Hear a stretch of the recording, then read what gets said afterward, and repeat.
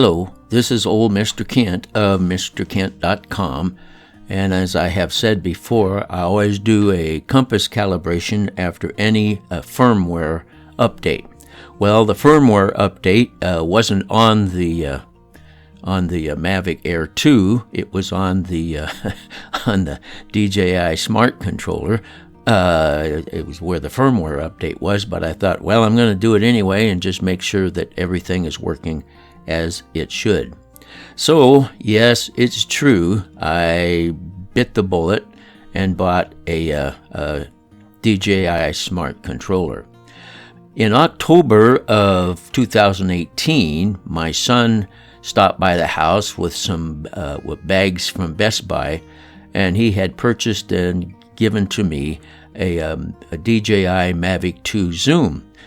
And up to that point, I'd been flying my Bebop 2. And that had been, I came down here I came down to Arizona in about 4 years ago and started flying outside. And of course, my phone was almost impossible to see because of the sun, the bright sun. And so I've got lots of videos on how to make sunshades for a Bebop 2, Mavic 2, and a whole bunch of them. I probably have between 5 and 10 videos on how to make sun shields. But that was 4 years ago, and since that time, I have been putting up sun shields on my phone in order to be able to see the screen.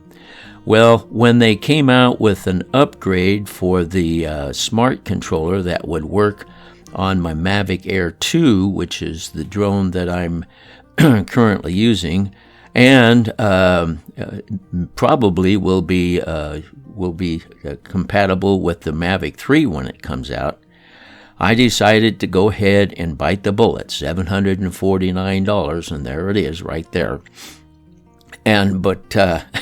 So at this point, this is the very first flight right here that you're looking at. And then this flight here was a perfect example of how this, why it's nice to have a smart controller.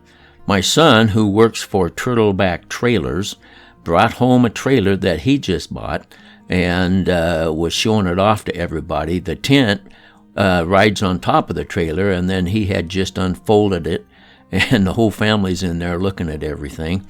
But I thought, what an opportunity. So all I had to do with my smart controller is go get the drone and the smart controller, hit the start button on both of them, and I was flying within just a couple of minutes. I didn't have to get my phone out and put it in the holder and all the stuff that goes along with it. So in the case where I do a lot of flying, that was nice, because I would not have been taking this video of my son's new trailer. And what I like about it is it's seamless. If you just noticed, I went from the screenshot to the camera view, and of course I do that with my editor, but you've got both of them and they're both identical. And so it's really nice. So let me tell you some of the things in the first 2 days that I've had it, because this shot here is taken at the end of the second day. First of all, the bright there's the screenshot again. The bright screen is really bright, and you can control it from real dim to 100% brightness. And for me, I like to, with the bright sun here, I like to use it at 100%. But it's a large screen. It's about the same size as my my iPhone, which is extra large. I got the extra large iPhone, so it's a good large screen, and so it's easy to see. And when I tried it out. I did a range test, which I'm not going to put on here, but I did a range test, and I was standing in the sun. I could see everything. I could see the altitude and the speed and how my connection between the drone and the controller. That was all visible with the sun shining on the screen. So that's really nice. No screen shade needed. and so that was the biggest draw that I really liked about it. And then, of course, it's got the larger screen. And one other thing is now I don't have to turn my phone over, turn on airplane mode to keep notifications from coming in. And so that was kind of nice. The really nice thing is, on my phone, I have a screen recorder, which a lot of times the screen recorder stops halfway through for some reason, and so you don't really get what you needed. With the with the smart controller, the screen recorder is running 100% of the time as long as you turn it on, and it's not going to die. And you get the same. It's the same size screen. The resolution and the frames per second are not the same as the camera, but like you can see here in some examples, if you want to show your screenshot, it's right there. So the screen recorder is really cool. With the phone, one of the things here in Arizona, because of the ambient temperature, one of the things that I ran into was, and it was a constant problem, was how the phone starts to dim when it gets hot because of the temperature down here. And so I've had times when I couldn't get my drone back in time to really see what was going on by looking at the phone. And then also, if you turn on the screen recorder with the phone, then the phone gets hot sooner. And so it was just a headache. But when I shot this video, I didn't have to plug in any wires, and there's a screenshot again. I didn't have to plug in any wires, and so it was nice. Another thing that I noticed, and I haven't proven it yet, but it sure looks like it, is the sticks seem to be a little bit more sensitive to slight movement, and I don't know if that's I'll have to check that out for sure, but it sure seems like it. And here's another thing too I've discovered. There's my wife waving. The controller is a little bit larger, but it still fits into, if you get the Fly More combo pack, it still fits into the pack just fine. And it looks like you'll be able to leave the control sticks on, depends on how many batteries you got packed in there and everything. So that's kind of nice. Now those are some of the positive things. On the first day that I got the controller, as you may have noticed, even in this video, I'm living out there in the fifth wheel trailer, and so the Wi-Fi connection between the house and the trailer it's marginal. I can sit out there and generally cruise the internet and even watch videos. But so what I decided to do was to download. Well, I have a laptop. There's another story there too. I have a laptop that I use if I need to take it to go into the house and connect to their router so I can upload, like this video. I would have to go into the house, connect to their router to upload it, because the Wi-Fi connection between the house and where I live is just not that great. So anyway, that was a big problem, and so I had to do everything in the house. But one of the other things that I ran into was my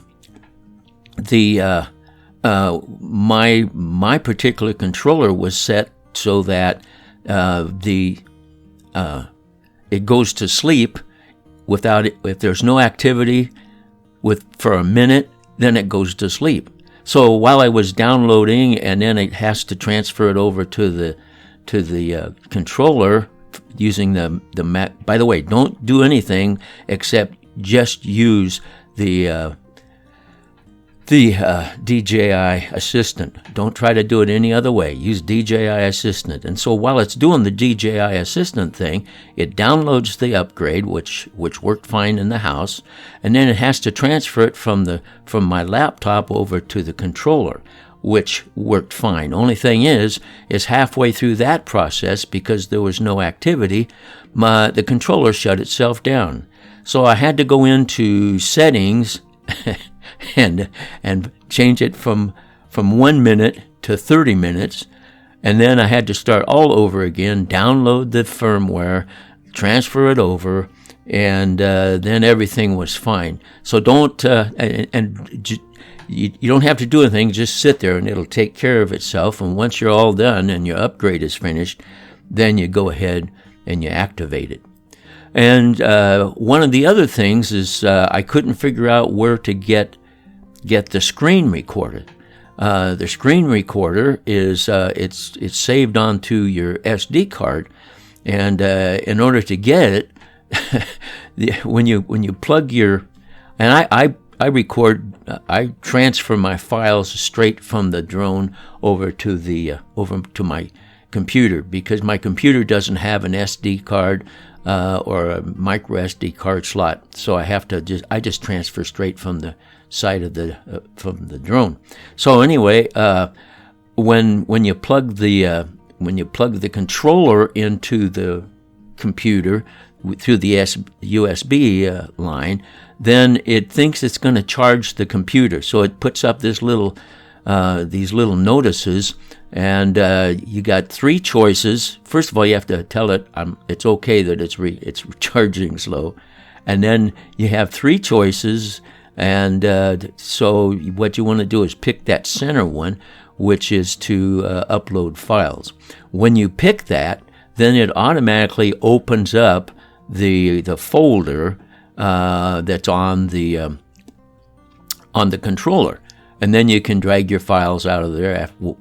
And what you do is you go to the SD card, double click on that, and you go to the after you go to the SD card, then you click on videos, and then you'll see a folder called screen, and your screen recording is going to be in there. So it makes it really easy to get your screen recording, and I oftentimes use my screen recording like I am right here, because it makes it easy to show folks what's going on, and you can flip back and forth using your editor. You can flip back and forth between the screenshot and the quality video that's coming from the camera. So anyway, I hope this has been a helpful video. If you have any comments or questions, since I've been through the trial and error, I really recommend one of these if you do very much flying. And so I want to thank you for watching the video, and hopefully you can afford to get one of these, because they're really nice. God bless.